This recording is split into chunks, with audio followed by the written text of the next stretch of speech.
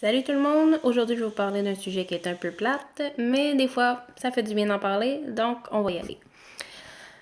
C'est quoi le sujet aujourd'hui? Ben, c'est la fibromyalgie, mesdames et messieurs. La fibromyalgie, c'est une maladie de douleur chronique, musculaire et des fibres nerveuses. Donc, en gros, qu'est-ce que ça fait dans la vie, la fibromyalgie? Ben, ça peut entraîner quelques modifications de notre quotidien. Je vous dis quotidien parce que autant que on peut avoir des très belles journées, on va être super souriant, super en forme, autant que d'autres journées, on veut juste rester couché, on veut rien faire, on a mal partout, on veut pas se lever puis marcher comme Robocop. Euh, c'est assez c'est assez difficile, mais en même temps, on peut s'y habituer. Tout est dans l'organisation. Si vous êtes organisé, ça va bien aller votre affaire. Qu'est-ce que je fais pour m'aider? Je me mets beaucoup d'alarmes sur mon téléphone. Donc, alarme pour la médication, alarme pour les vitamines, alarme pour des siestes, pour me réveiller, pour pas passer tout droit.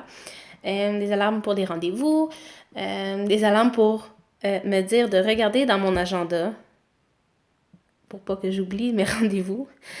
Donc, des alarmes, ça peut nous sauver la vie.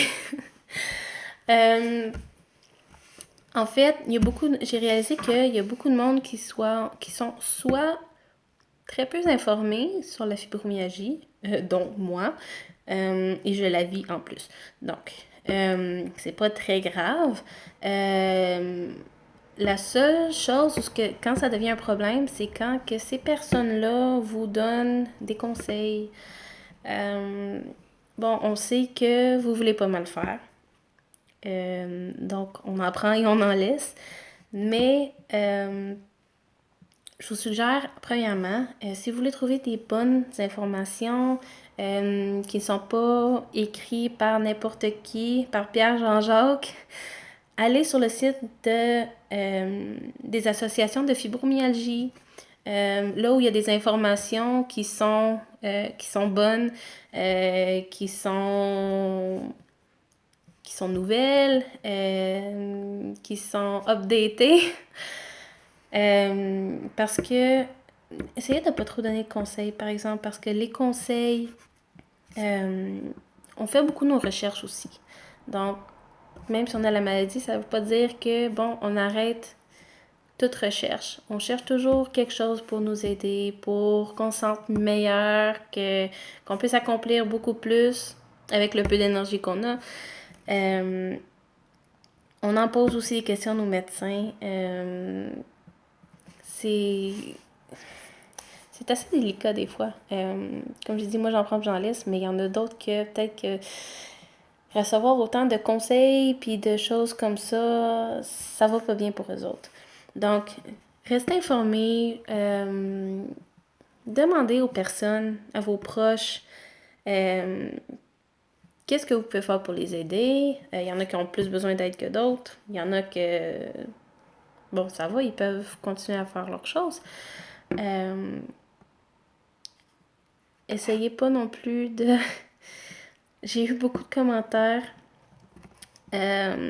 disant que avec une alimentation saine, du yoga et beaucoup d'exercices, on allait guérir.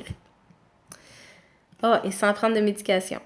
Donc, je ne suis pas médecin, mais je vous recommande de suivre les conseils de votre médecin. Pourquoi? Parce que si vous commencez à écouter Pierre Jean-Jacques sur Internet ou sur un blog de nature, soins au naturel ou je sais pas. Bon, je sais même pas si ça existe cette page-là, mais juste pour donner un exemple, vous risquez d'avoir beaucoup plus mal, vous risquez de suivre des conseils qui ne sont même pas vrais. Bon, il y a un gros débat sur la médication, sur les vaccins et tout ça. J'embarquerai pas là-dedans. Ça, c'est votre choix à vous, si vous décidez de prendre la médication ou non. Comme je vous ai dit, je ne suis pas médecin, donc je vais pas vous recommander rien.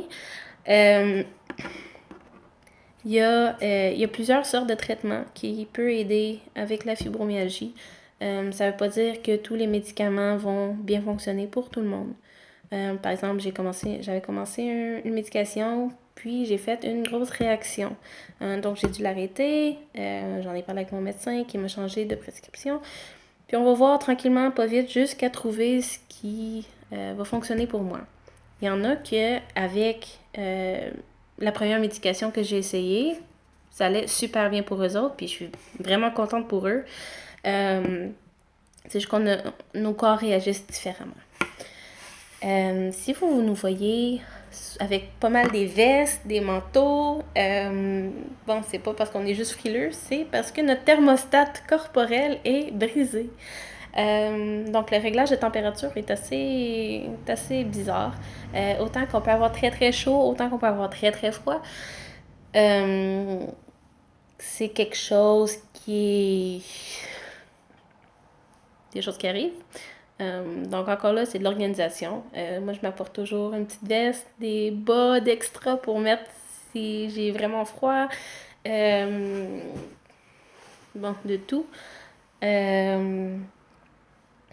Quoi d'autre? Quoi je pourrais vous dire? D'autres symptômes qui m'affectent moi personnellement, c'est l'espace musculaire. L'espace musculaire vont... en fait, c'est quand vous avez comme un tic dans l'œil qui commence à vous stresser, vous voulez juste vous donner une claque d'en face pour que ça arrête. En fait, c'est comme ça, mais dans d'autres parties de notre corps. Donc, pour moi, en général, c'est soit comme en arrière, près de l'omoplate, soit dans les cuisses, dans les bras, et, attention, aux yeux. Oui, parce que l'œil contient 6 muscles, apparemment. Donc, c'est quelque chose que j'ai appris. Donc, ce que ça fait, c'est que votre muscle est tellement... se contracte tellement que ça en fait des grosses douleurs. Comme moi, mes yeux me font extrêmement mal, des fois. C'est pas toujours. Oui, on est toujours en douleur, mais il y a différentes catégories. Comme en ce moment, je vous parle, j'ai mal en quelque part, mais je suis capable de faire mes choses quand même. Je suis capable de vivre ma vie. Mais c'est juste le degré de douleur qui change. Autant que, comme aujourd'hui, je pourrais être un 1, qui est presque rien, autant que demain, je pourrais être un 10, qui est amène-moi à l'urgence, j'ai besoin de quelqu'un tout de suite. Ça m'est pas arrivé encore. On touche du bois. Donc, c'est ça, l'espace musculaire. Il y a beaucoup de symptômes. C'est vraiment complexe comme maladie, donc c'est pour ça que c'est tellement dur à diagnostiquer. Écoutez, moi, j'ai passé des possibles diagnostics. On me dit le tunnel carpien, un manque de fer, un manque de vitamine B12, le diabète, la sclérose en plaques. Pour finalement terminer avec la fibromyalgie. Donc, j'ai passé des EMG, des prises de sang, 4 résonances magnétiques, sur des tests de vision. En tout cas, une grosse liste. C'est assez épuisant de se rappeler de tout. Pour dire qu'en 2 ans, j'ai vu au-dessus de 20 médecins, incluant aussi les neurologues, un neuro-ophtalmologue. J'avais vu quelqu'un d'autre aussi, je me rappelle pas du nom du spécialiste, mais bon. Pour finalement, en octobre, à cause des palpitations que j'avais, je me suis rendue à l'hôpital. Puis à l'hôpital, ils m'ont donné un rendez-vous à une clinique. La clinique où je suis allée. Donc, je suis rentrée là pour des palpitations et je suis ressortie avec un diagnostic. Pour une fois, un médecin a pu me diagnostiquer en 2 ans. Un médecin qui m'a pris au sérieux. Un médecin qui m'a écouté. Un médecin qui m'a aidé, qui m'a conseillé. Merci, docteur. Mais c'est vraiment dur d'avoir un diagnostic. L'attente, c'est ce qui est le plus difficile. parce qu'on sait pas qu'est-ce qui se passe. On pense, on veut pas regarder sur Internet, mais en même temps, on veut savoir, donc on fait nos recherches. Puis là, ben, on se fait peur plus que d'autres choses parce que Docteur Google, c'est pas le meilleur. Euh, donc, c'est ce que j'ai à dire au sujet de la fibromyalgie. Si vous avez d'autres questions, laissez-moi le savoir soit en commentaire, soit en message privé. Si vous voulez que je réponde à vos questions anonymement, je peux le faire. Si vous voulez que je réponde juste par message privé, c'est aussi correct. Il n'y a pas de limite à la sorte de questions. Donc, laissez-moi savoir ce que vous pensez. Puis, faites attention à vous. Je vous aime. Bye!